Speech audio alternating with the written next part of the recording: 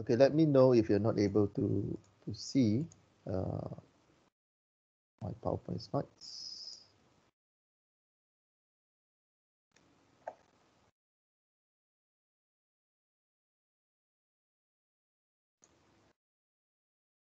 Okay, just now we discussed about one tutorial question. Yep. So we did this one. We discussed about the global stability matrix. We discussed about the displacement and a reaction force at individual point. So yeah. The next one we're going to look at the step number 2 is that sometimes we need to select a displacement function in our analysis. So the diagram that you see on the screen here is the same that you have in your handout. Tutorial chapter 3, question 3. It will be the same. So you have, for example, you have a bar element. Again, we are looking at bar now. Chapter 2 is spring, but now we are in chapter 3. We are looking at bar element. Yeah. So this bar element, we will have point 1 and point 2, and the length is capital L in the x direction. So based on this diagram, we can have our displacement. We can draw our displacement for a bar according to diagram number 2, which is the second diagram B at B. It shows you can draw the displacement function U and the shape function. So this is the shape function. So how do you draw? You draw U1, which means if you pull at a point number 2, so you have a we cannot say that we pull at point number 2.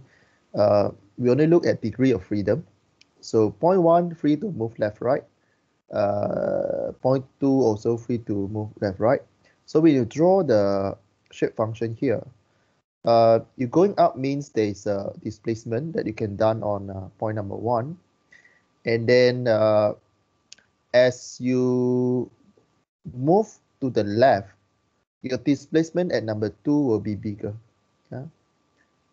So you imagine that you have a bar, and you try to pull it at point number 2. Of course, point 1 will move, but point 2 will move more than point 1. So you will have a pentagon shape. Not pentagon. You have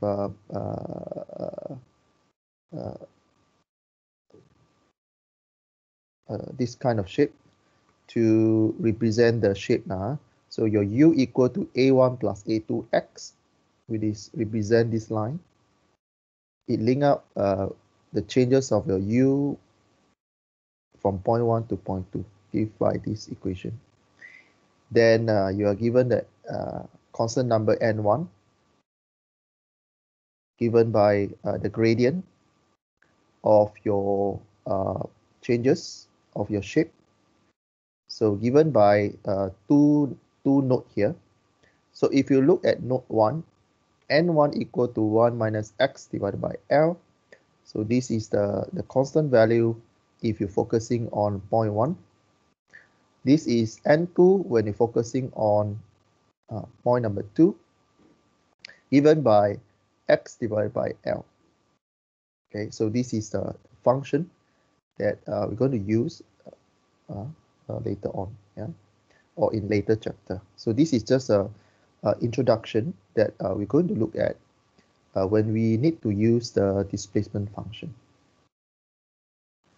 Okay, so there are some guidelines when we want to choose which displacement function. So step number 1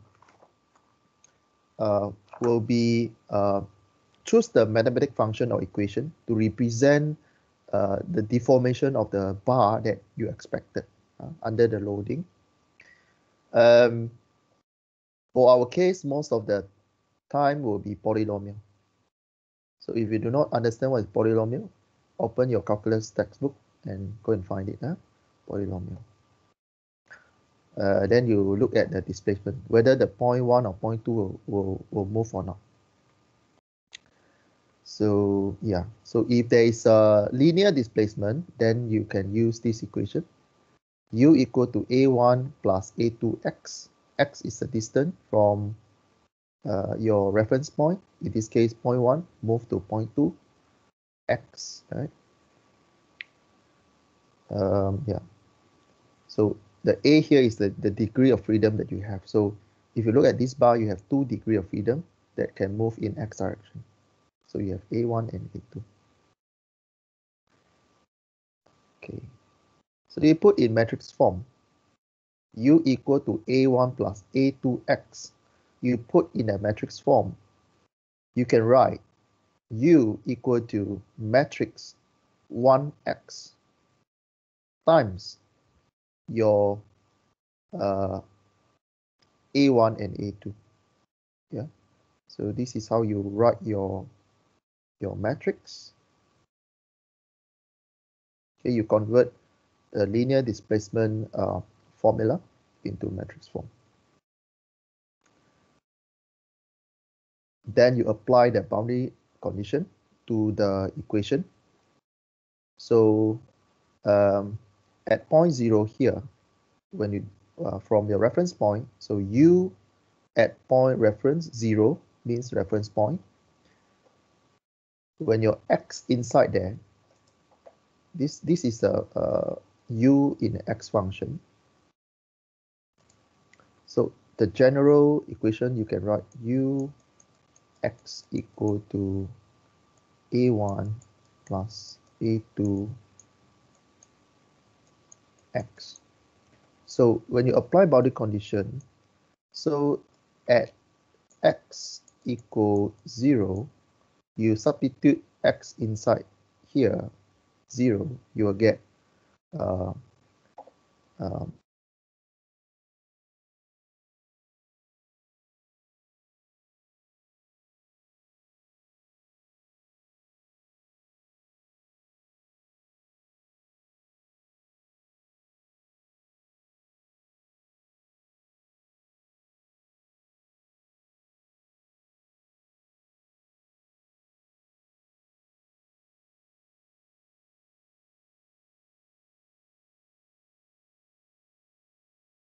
okay. So just now there is an interruption of connection.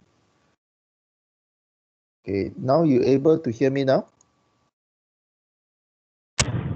Yes. Okay, just now there is an interruption in the connection. Okay, so where are we now? Is that I'm going to explain how you apply the equation U equal to A1 plus A2x by using boundary condition. So how do we apply this equation on the screen here? So basically, this equation you can write U x means in a x function, A1 plus A2x. Okay, yeah. So meaning when you write like this, is like when you study your mathematics, you have y equal to ax plus c. You can write y, or you can write fx. All right, sorry for my writing. Fx equal ax plus c. So this is what you learn in your mathematics. You apply what you learn, and then you apply in this chapter. So your u, or displacement in x direction, when you apply the boundary condition, you substitute what happens if your x equal 0, which is here, and this is x equals 0. Here, location here is x equal to L. So you apply this boundary condition to the equation here. So you'll get the first equation. And you apply the second point, x equal to L. So you x here will become L. So you A1 plus A2L. So you get these two equations. Okay. So you know that just now your U1 equal to A1. You substitute this number inside here, your A1 become U1. So your equation at the length of point number 2, UL, it means your displacement at the position of L, or x equal to L, will be equal to U2, or point number 2, equal U1 plus AL, A2L. Any question you want to ask me before we move forward? Anything that you don't understand about this equation? Which step you don't understand? Let me know.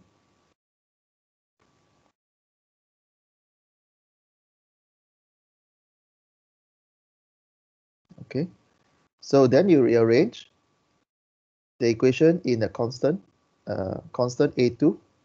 You rearrange this equation.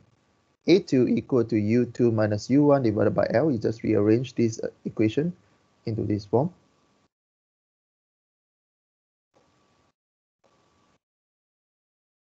So what we are doing now is that we can transform our general equation for bar U equal to A1 plus A2x. We can write in the term of this one. You want to write in term of U1, U2, and L. Okay, because the equation on the left here, we only have A1 and A2. We want to write the component on the right here in term of U1 and U2 and L. So from the steps that we cover just now, we convert U equal to A1 plus A2x become U equal to U1 plus U2 minus U1 divided by L times X, because from the bounding condition, we know that A2 equal to U2 minus U1 divided by L. Okay. Any question? Anything that seems not right to you? Anything that you don't understand? Ask me now.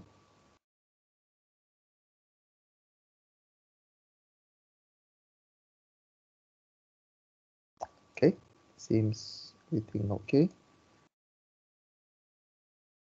So we put in matrix form again. So after we get a general equation by applying the boundary condition, you put this equation, U equation, in the term of U1, U2, and Lx in matrix form. So how do we write in matrix form? We expand it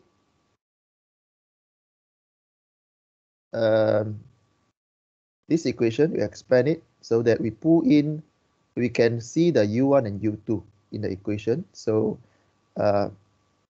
you expand this one to this one, right?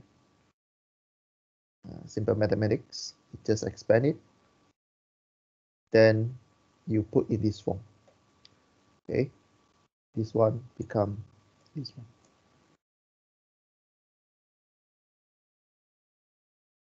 Many of you don't understand how to transfer equation into matrix form. Do any of you need me to explain how to put in matrix form?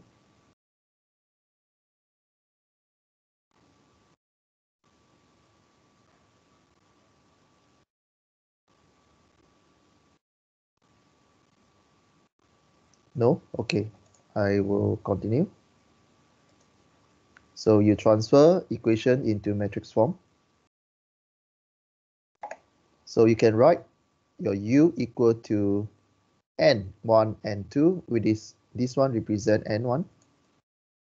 This one represent N2. Okay, make sure you understand how to you transport this equation into matrix form. Now, we will have this transform steps many times for this module. So make sure you polish up the skill in transferring equation into matrix form. So what is the n1 and n2 mean? They are called shape function. They are called shape function or interpolation function, but in short, they are shape function. Okay, shape function. So in the test or in the exam, the question might give you just a simple instruction. Find the shape function for the diagram below. So you need to find the n1 and n2 based on the diagram. Okay. So after you have the shape function, what do you do? You do approximate function. So how do you do approximate function? Because after you do the first one, let's say you have element 1, element 2. So you combine these two together because we know that when we have a bar system, for example, we have two bars connected together, then we can use approximate function to calculate the displacement at that particular point. So on the screen here is the one same like what I think this diagram we don't have, but you can come back to these slides later on. Yeah. So here you can calculate the displacement at point number 1, or for element 1, displacement for element 1 given by this equation u2 minus u1 divided by Lx plus u1.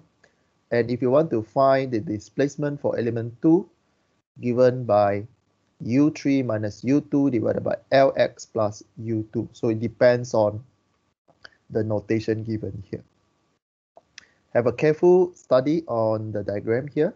You will see how to put the notation 2, 1, and 1 here for element 1, and 3, 2, and 2 for element 2, because by looking at the node itself.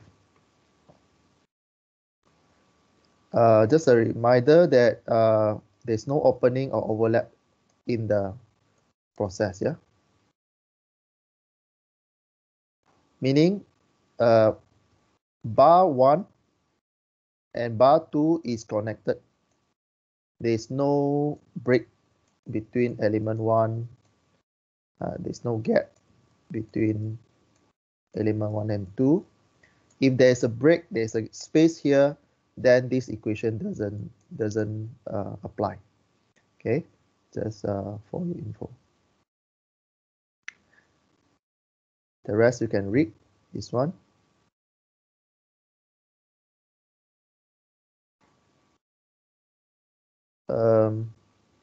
This is an approximate function for body displacement. Talk about the constant strain. This one also you can read. Because here, u equal to a1 plus a2x. What mean by a1? A1 is for rigid body motion. This term, the second term here, this a2x here, is for strain. Yeah, is for strain. Again, definition of strain: displacement divided by x, or change of your deformation. Why is your deformation happen? Okay. And so on. You can read step number 4.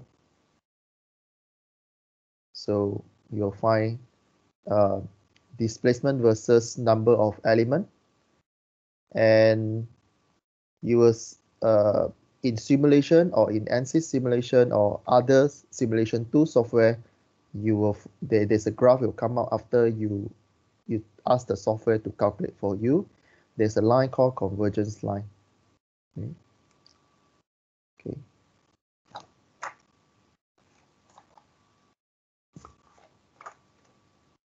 Okay. Now we're going to discuss about how you change local coordinate and global coordinate.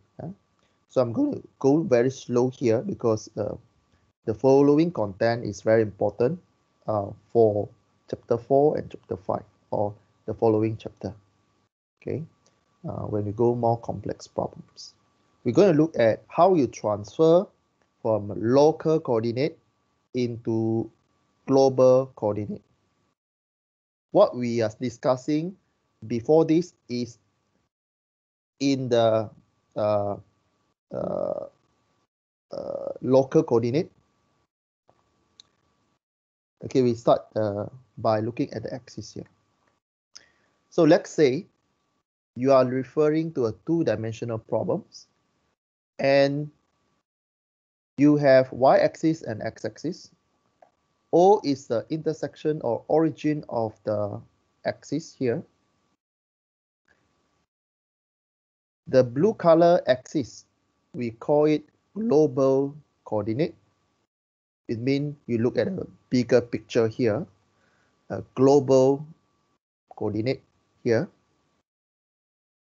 Let's say there is a dot that you want to focus on. On the screen here, you see a red dot in the middle.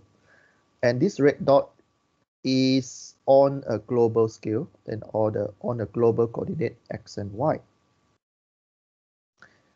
And let's say we have a vector displacement from origin of the global axis from O here, origin, to that particular point. Vector, we know that vector have a magnitude and direction. So in this case, this vector moving from origin to this point, red cross here, with a distance of d. There's a displacement here. So from here, we can write our d in a vector format. Yeah. So we can measure the distance from your x-axis to red point here. So the distance of A and B, you can measure is your y, is your height of your y. So this one you understand, right? Okay. So now we have a vector displacement, and then we have A and B here.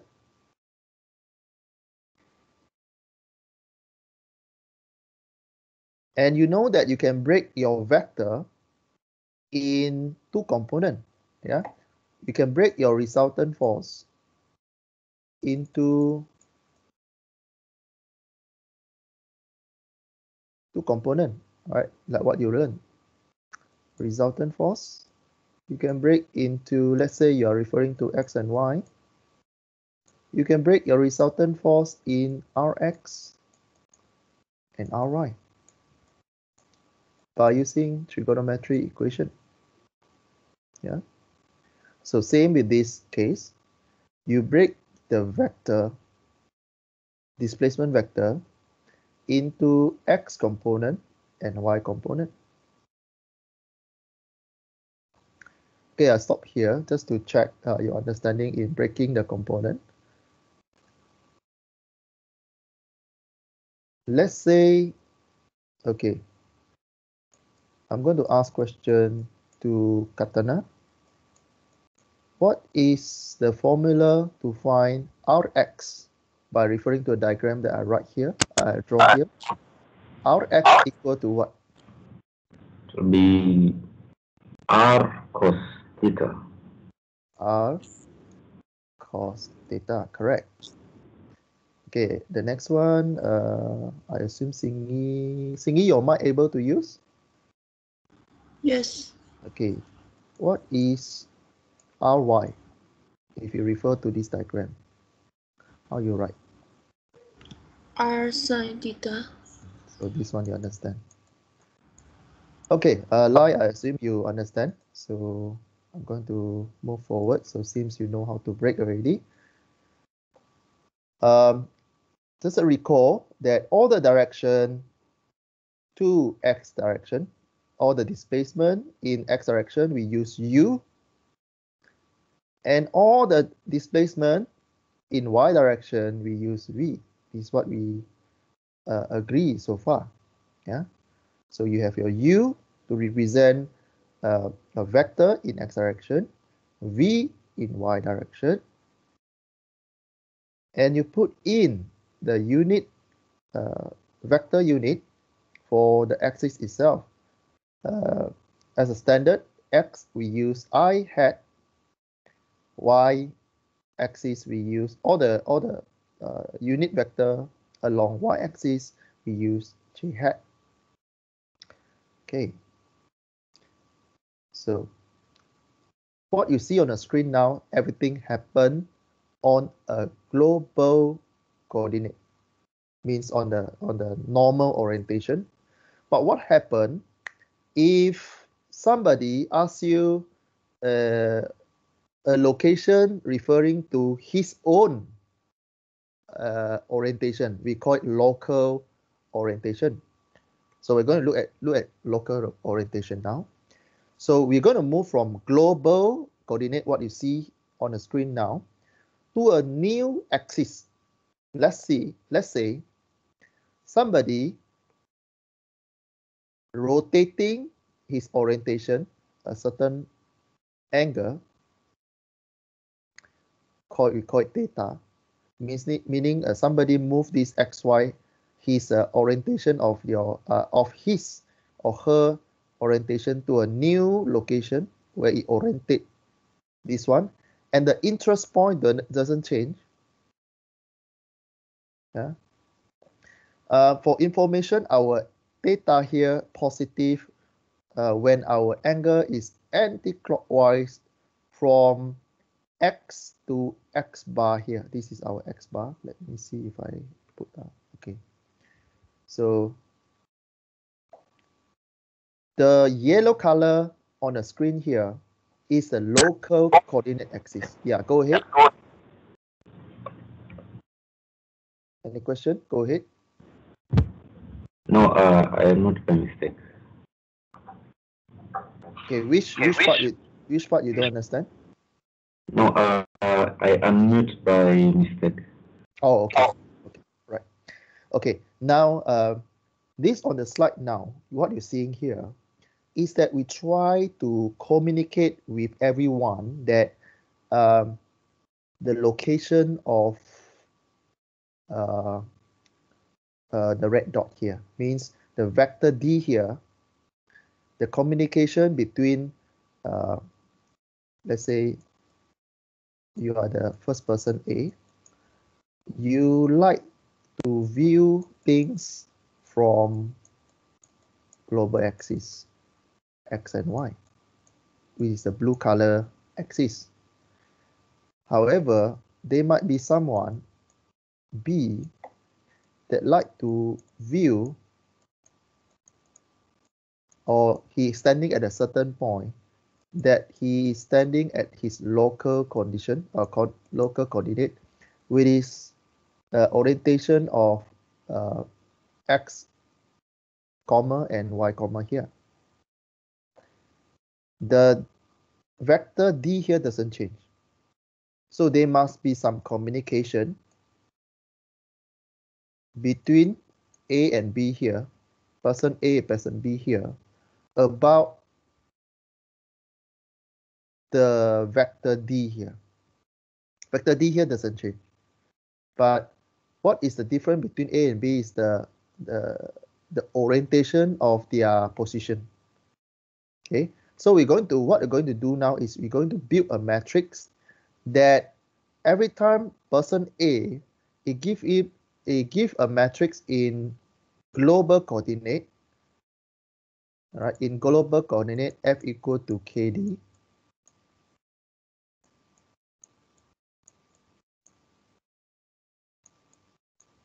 It can communicate with B in B language, which means you communicate like, okay, now we are looking at vector D according to your language, according to your axis in yellow color, the vector D is so and so. So you have f prime. Prime means you are referring to the x and y prime here. So everything will be in B language here. So with the comma, comma, comma means A and B is communicating with something. There's a currency of conversion here. Factor, the conversion factor. It's like you convert from Malaysia ringgit to USD. So there's a conversion rate. So here also same. So the value is there. I mean the vector is there. Now we're going to derive the conversion factor between A and B, or between global coordinate and local coordinate here. Okay, we're going to continue. Stop me if you're not able to catch up. Right, now we already explained what is global coordinate, what is on the global coordinate, the vector D there that we can break into U and V. Now, suddenly we have a second person come in, and this second person is positioned itself at a certain angle, theta, reference to the same origin. So we're going to build the derivation. And again, the angle that we measure when do transformation from global to local or local to global, the angle we define positive when we move from global to local. We mean when you move the angle anti-clockwise from x to x prime, then we define a positive. Okay, angle is positive when you have anti-clockwise from x to x prime here. Okay, meaning in your calculation, all the positive value of theta is anti-clockwise when you do transformation steps later on. Right, now we do some conversion. The next one, we input the unit vector for your x-axis prime here. So we write I prime referring to the yellow color axis, and J prime also referring to Y yellow color axis here, Y prime. Now, we want to convert the same point here, same from the origin O. We want to convert what does the yellow color axis see, the red dot here. So we are building a new point here because we want to convert, because we know that a vector we can convert into two axes from the resultant just now. R, we can have Rx and Ry. Now we want to break the same vector D here on the yellow color axis here. Just now the white color U and V is on the blue color axis. Now we want to break the white color vector D onto the yellow color axis here. So every time you break the two components, you know that the relationship always 90 degree to each other. Okay, always 90 degree. So that's why when you draw the yellow line here, B to C here is 90 degree. So the angle between the dot here is 90 degree and is parallel to the Y prime axis. Okay. So I'm adding the arrow, the red arrow, in the diagram that you see on the screen here, where the vector D was expanded to two components on the Y prime and X prime here. The D still the same, only the orientation is changing, and now you have the red color arrow which is on the yellow axis, and you have the white color arrow which is on the blue axis here, XY. Okay, make sure you are clear of the symbol that I use on the slide here. Stop me if you're not able to catch up. Stop me if you anything that you are not sure. Again, what is remaining the same here is your vector displacement D. The components still same. Okay. So we rewrite the red color arrow on the yellow axis here with V prime. V prime means direction along the y-axis in the yellow color axis, and U prime means in the direction of the yellow color X prime here. Okay, so far I think everything is quite straightforward. Okay, now we're going to look at this one. So I'm showing you a vector equation that is on the right hand side of the screen here. D equal to UI, the head is missing, sorry. So, but anyway, I think you understand what I'm talking about. So D equal to UI plus Vj, which is the combination of the white arrow here. This is the white arrow. You break your D into two white arrow here, where when you write in the vector mathematics form, D equal to UI plus Vj equal to, the D doesn't change. You only change the axis. So you can rewrite that your U prime I prime plus V prime J prime, because J prime is the Y direction here. Any question for this equation? Anything? Any one of you don't understand why we can write this formula, or how you write this formula?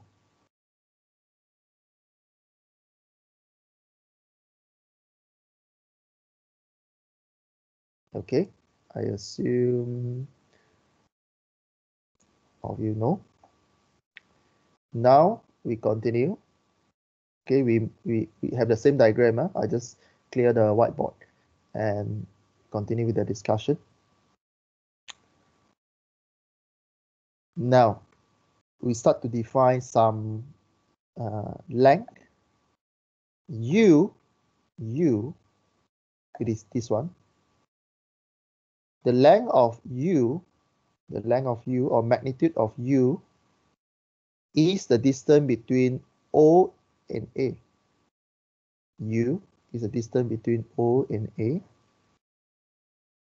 Your V is the distance between A and B. I introduced you the mathematics notation, and you see this one in your trigonometry chapter. So V is A to B, is quite straightforward. And your U prime, the distance of your U prime is from O to C on the screen here. So your U prime distance is from O to C. And the distance of your V prime is C to B. So far, quite straightforward. Any question on this slide?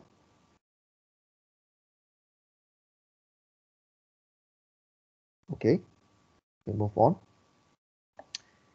Now we look at vector addition along X prime axis. So along this prime axis, which is OC, okay, OC, the distance of OC is a combination of length of your OD plus DC. Makes sense? This equation makes sense to you? Stop me if you are not able to follow. The distance of OC equal to the summation of OD plus OC, like what you see on the screen here. We move on. I'm add something on the screen here. You will see there's a green arrow at the right that I added to the screen here, with it here. Something added, I added the arrow. Just to explain, so what is your D point? D is here, not here. I explain. D is here. D point is here. So how do you draw the D point? It's actually is a parallel point. If you extend this line, your BC line, and then you copy the gradient, the parallel direction, and then you draw another direction with your X prime. This green color direction is parallel to the X prime direction. So you will get the D location. Okay. Later I'll explain why we need to expand this one. Okay. Okay. D location is here. So just to highlight again, your D is at this point, not here. This point.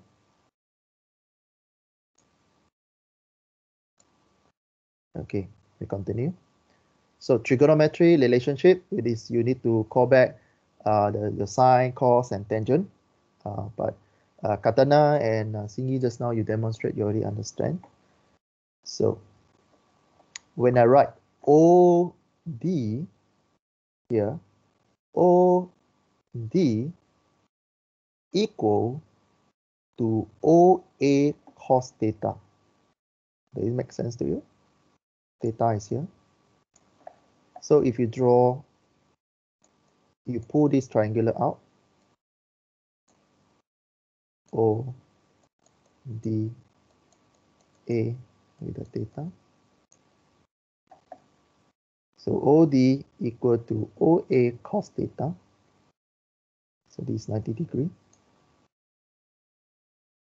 So cos theta equal, how to find cos is your base times the hypotenuse. All right. So you are taking OD divided by OA. So we want to find OD equal to OA cos theta. If you're weak in trigonometry, polish up, polish up. Because chapter 3, you need a lot of trigonometry relationship. Polish up, yeah. Okay, stop me if you're not able to follow. And we define what is our OA. We put in the U term. We transform our OA in a U term. Okay. OA is U. So we replace OA with U cos theta. Same. The next one we look at DC. Where is DC? DC is here. DC is the distance of this one to this one, or A to this point here. So I think I forget to put in the E. Yeah, okay, the E is coming out. So DC, this point to this point, is equal to AE. And if you look at AE, you have another triangular where you can fit in the trigonometry relationship. Is you take V cos sine theta. So I draw the triangular again just to illustrate to you.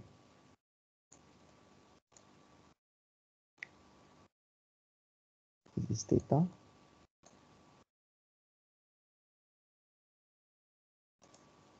Apologize for my poor drawing.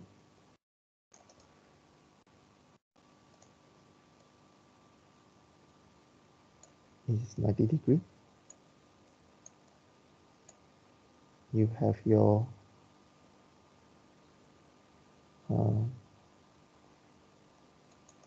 B, A, E here. So A to B is your V. So you want to find what is AE. So here AE and AB, or your V component, is sine relationship. Okay, sine theta equal AE divided by AB. Right? So AB is your V. Okay, sine theta. So you rearrange AE equal V sine theta. So this is quite straightforward. So we have clear for OD, it is this line. OD, again, the position of D is not here, is here. So AD, we can define equal to U cos theta. DC, we already defined V sine theta. Okay. BC, because it's equal to AE, so we can write V sine theta. Then we combine these two. We combine OD and DC or AE. We get a line from O to C. You substitute inside this equation. Okay. It's slow. So your U prime, it is your OC. Your OC, O to C, O to C is U prime. O to C is U prime. OD, what you defined just now, OD equal to U cos theta. DC equal to V sine theta, this one.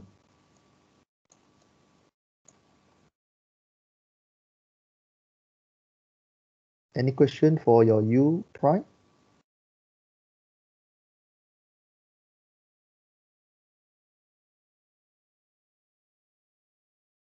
Okay, no question, we move forward.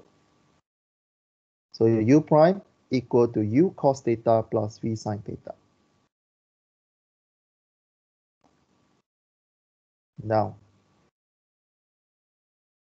we look at another line, which is CB.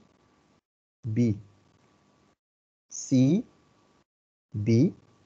this line, equal, how you get CB? You take BE minus AD. Okay, I repeat, we are going to focus on C to B, which is this vector, red color arrow here. How you find the length or magnitude of this vector? You take BE, the length of BE, minus CE, or AD also can. Yeah? You take BE minus CE or AD, you get the length of the red color arrow here, the V prime here. So again, we use the trigonometry relationship. We try to find. So AD, the green color arrow that I highlight on the screen here, equal to OA sine theta. I draw the rectangular that on the screen.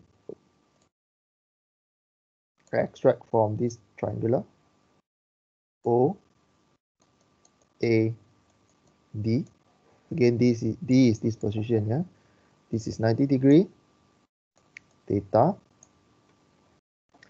So how you find AD?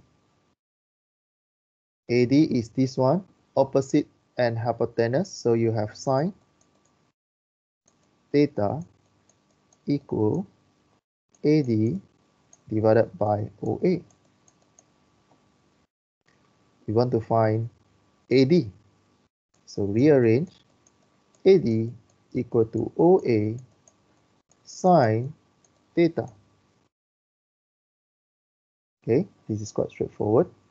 Stop me if you're not able to relate what we are talking about in class, right? Or on the slide here you don't understand, or stop me if you're not able to see the location of the point that I mentioned.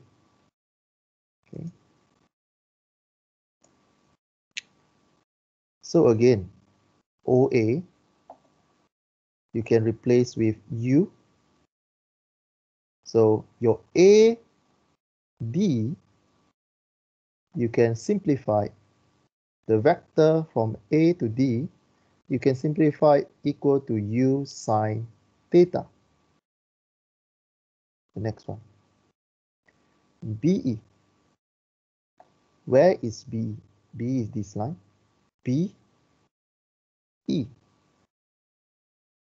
B, E equal to AB cos theta. How we get this relationship? I draw the rectangular so that you can see. This is 90 degree. Again, trigonometry, you always must have a 90 degree relationship with the angle like that. So you must have ABC with a 90 degree if you want to use tangent theta, sine theta, and cos theta. So you must always have a 90 degree triangular. Okay, so from here you try to look for triangular with 90 degree. So you're looking at BE. So you look at BE and then try to look for 90 degree angle, which is here. So you only have A here and theta is here. So you want to find BE. BE is this one, the base times the hypotenuse. So this is cos relationship. Cos theta equal BE divided by AB. So BE equal AB cos theta, like what you see on the screen here. Okay. So we know that AB, A to B represented by is a white arrow here, given by V. So replace AB with a V. So BE equal to V cos. Then start assembling what you have in this equation. Okay. We can write what is your CB? CB is your red color arrow with this V prime. What is your BE? We just established just now. BE equal to V cos theta minus AD. Sir, Yes. I want to take a grab to go to school because I need to prepare for my FYP2 progress presentation. Okay. Oh, 10 o'clock already. Okay, sorry. Okay, we stop at.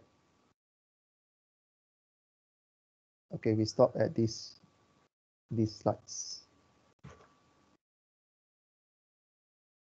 Okay, let me stop the recording.